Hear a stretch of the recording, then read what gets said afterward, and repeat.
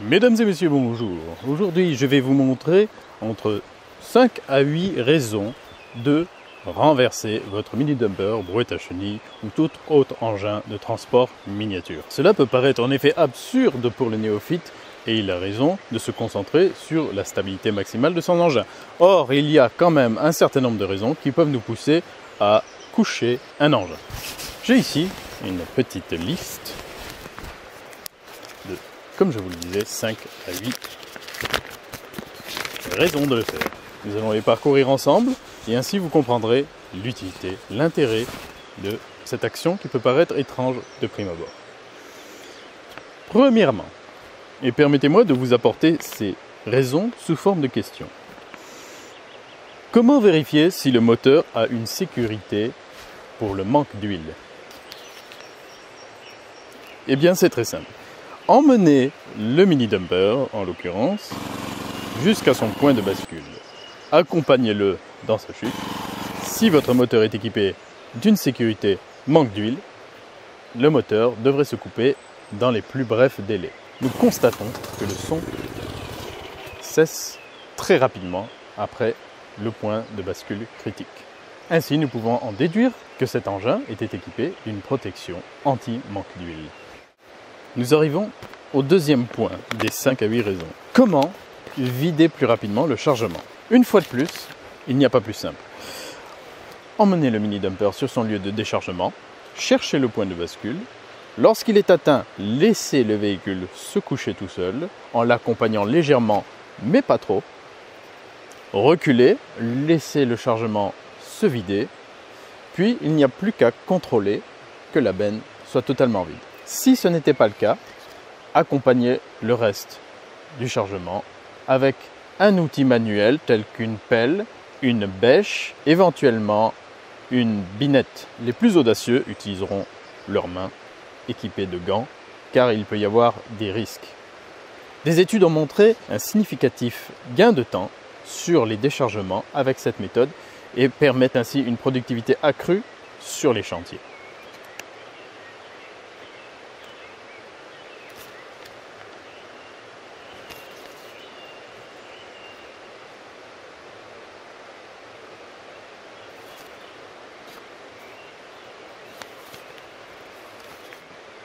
Autre raison qui peut nous amener à renverser une machine.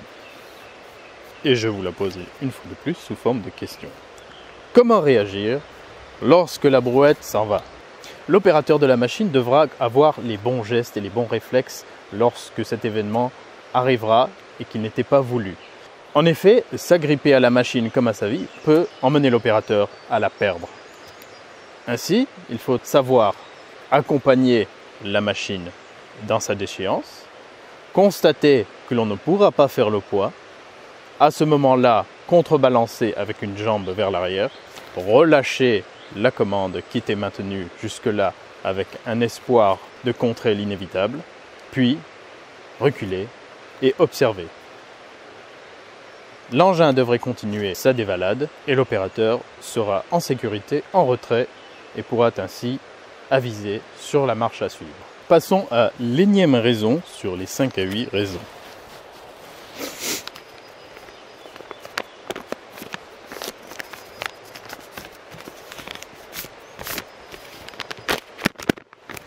Comment contrôler le train de chenilles de notre brouette ou mini-dumper? À chenilles ne marche pas sur les véhicules à roues. Encore une fois, rien de plus simple.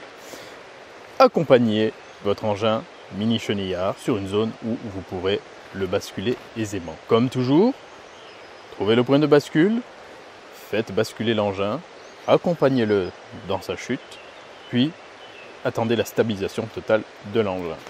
Vous pouvez ainsi avoir une vue dégagée sur tout le train de chenilles, chose impossible lorsque l'engin est en position de travail, de fonctionnement normal, car le sol empêche de voir sous les chenilles. Avec cette vue dégagée, constatez l'état des chenilles, comptez le nombre de crampons.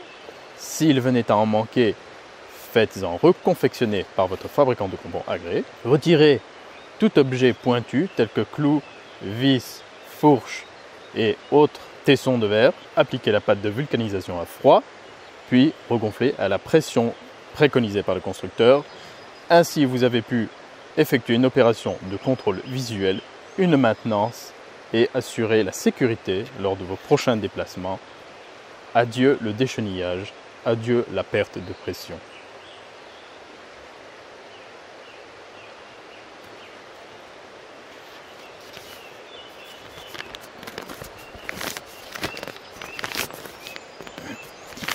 Une méthode à laquelle on ne pense moins, mais qui fait bien rire.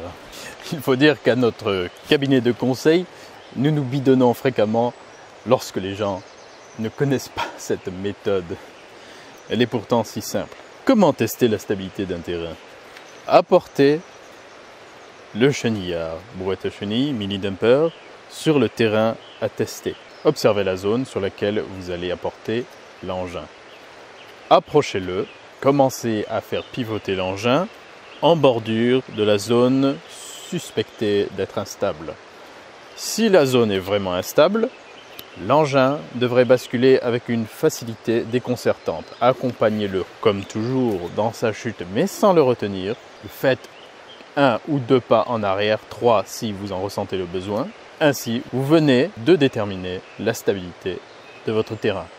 Il était instable. La prochaine étape suppose sans ambiguïté l'installation de piquets équipés de rubalises et de petits champignons colorés pour protéger le haut des piquets et ainsi ne pas être poursuivi en justice si quelqu'un venait à trébucher sur ces piquets et se perforer le thorax. Peut engendrer des poursuites judiciaires sur perforation du visage, des bras ou des membres inférieurs, même si cela est moins probable.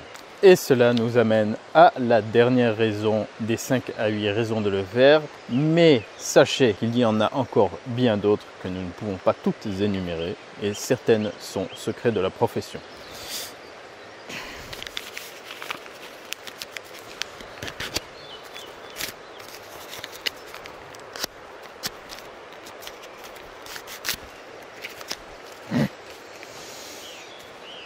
Comment vidanger par le filtre à air?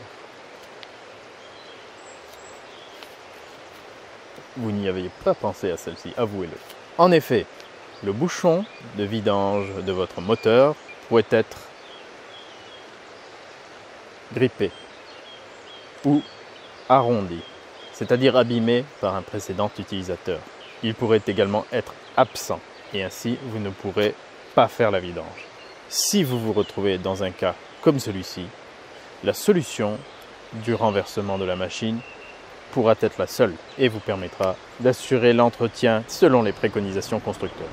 Cette méthode peu connue est communément admise comme étant une méthode efficace de drainage de l'huile par le haut. Pour ce faire, apportez l'engin sur la zone de vidange. Il est déconseillé de vidanger au-dessus d'un point d'eau, sur une chaussée ou dans un lieu public où des enfants pourraient jouer. Faites basculer l'engin doucement pour ne pas causer de dégâts. Si l'engin peut être un peu plus renversé que 90 degrés, cela entraînera une vidange plus rapide. L'huile va naturellement s'écouler par le filtre à air comme vous pouvez le voir sur ces images. Cela va au passage permettre une lubrification de la cartouche filtrante type papier, du pré-filtre en mousse, mais aussi de la partie supérieure du cylindre entre le piston et tout le reste de qu'est-ce qu'il y a au-dessus.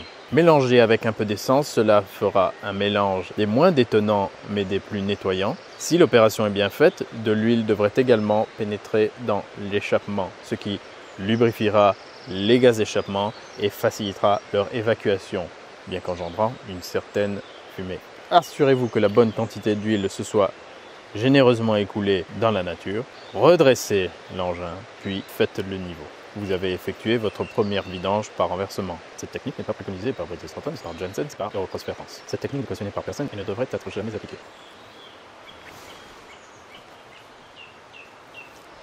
Messieurs, dames, nous espérons, mon cabinet conseil et moi-même, que ces méthodes pourront vous aider sur la gestion du renversement de votre engin de transport. Pour toute question technique, merci de laisser votre question dans la section commentaires sous cette vidéo. Nous essaierons de vous répondre dans les plus brefs délais, sachant que certaines réponses seront secrets de la profession. Ils ne pourront ainsi être dévoilés.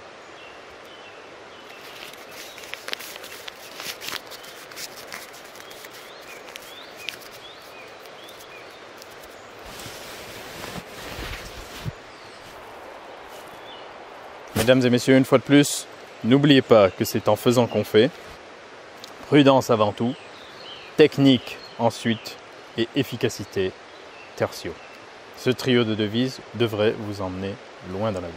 Je vous remercie pour votre écoute et vous souhaite prudence et efficacité sur vos chantiers.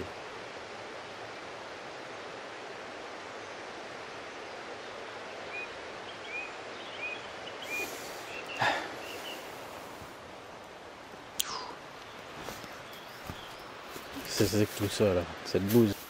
Oh, ça c'est bien décomposé ça.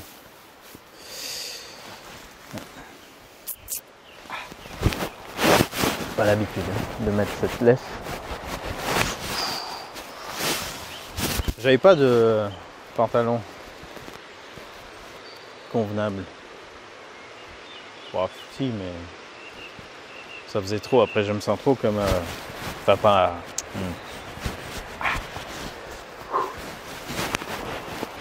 Remettons nos fringues dégueulasses et allons se salir. Là, j'ai même pas regardé de tuto pour faire ce nœud. Comme quoi. Peut-être pas bien fait d'ailleurs, mais. Oh putain, des témoins. Putain, faut pas tomber.